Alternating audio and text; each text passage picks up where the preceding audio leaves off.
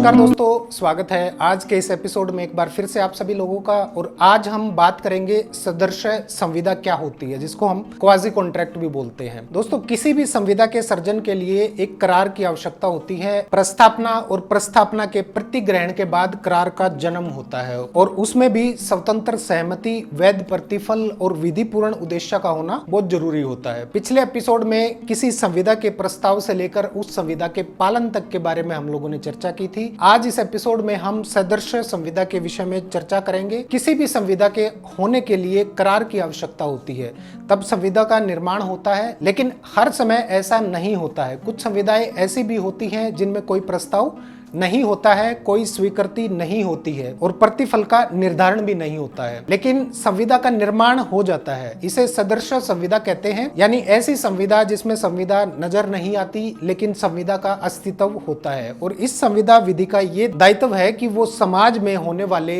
ऐसे लेन देन या व्यवहार को भी संविदा का स्थान दे जिसमें संविदा नजर नहीं आती है लेकिन संविदा का निर्माण हो जाता है। और इसी बात को लेकर इंडियन कॉन्ट्रैक्ट एक्ट 1872 की धारा 68 से लेकर 72 तक सदृश संविदा के विषय में बताया गया है। सदृश संविदा के अंतर्गत नजर आने वाली संविदा का सर्जन नहीं होने के बाद भी कुछ व्यवहारों को संविदा मान लिया जाता है और उन व्यवहारों से होने वाली क्षतिपूर्ति के लिए वादी को प्रतिकर दिलवाया जा सकता है। दामोदर मुदालियर बनाम भारत राज्य के एक पुराने प्रकरण में निर्णय लिया गया था कि यदि किसी व्यक्ति ने किसी अन्य व्यक्ति के लिए कार्य किया है और उसका आशय इस कार्य को निःशुल्क करना नहीं था, तो वो व्यक्ति जिसने ऐसे कार्य के होने का लाभ उठाया है वो पहले व्यक्ति की भरपाई करने के लिए बाध्य होगा। कई बार किसी व्यक्ति की कोई वस्तु गुम हो जाती है या किसी को कोई लावारिस वस्तु पड़ी मिल जाती है, तो उसमें पड़ी हुई वस्तु को पाने वाले व्यक्ति का क्या उत्तरदायित्व होगा। इसके बारे में इंडियन कॉन्ट्रैक्ट एक्ट की धारा 71 में बताया गया है। इस धारा के अनुसार जो व्यक्ति किसी अन्य की वस्तुओं को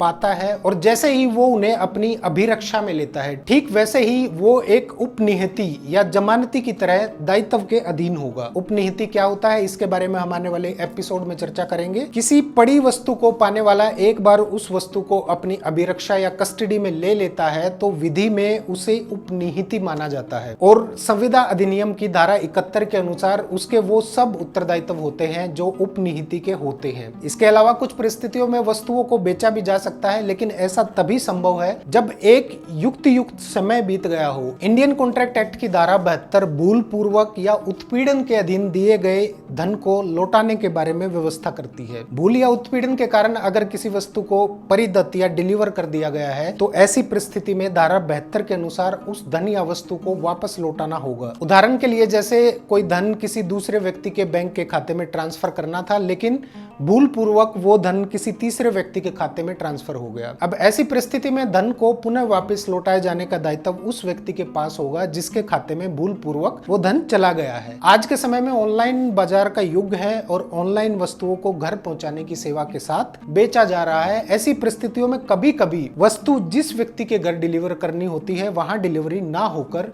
किसी अन्य व्यक्ति के घर डिलीवर हो जाती है। इस परिस्थिति में जिस व्यक्ति के घर भूल पूर्वक वस्तु डिलीवर हो गई है, जिस व्यक्ति ने उस वस्तु का लाभ प्राप्त किया है, तो उस व्यक्ति का यह दायित्व है कि वो उस वस्तु को वापस लौटाए। यदि वो उस वस्तु को नहीं लौटाता है तो ऐसी परिस्थिति में वस्तु को भेजने वाला व्यक्ति इंडियन कॉन्ट्रैक्ट एक्ट की धारा 72 के अंतर्गत न्यायालय की शरण लेकर प्रतिकर प्राप्त करने का अधिकारी होगा, क्योंकि यहाँ पर सदृश संविदा का निर्माण हो जाता है। बेशक यहाँ कोई दैहिक स्वतंत्रता अस्तित्व में नहीं आई, लेकिन फिर भी संविदा का निर्माण हो गया है।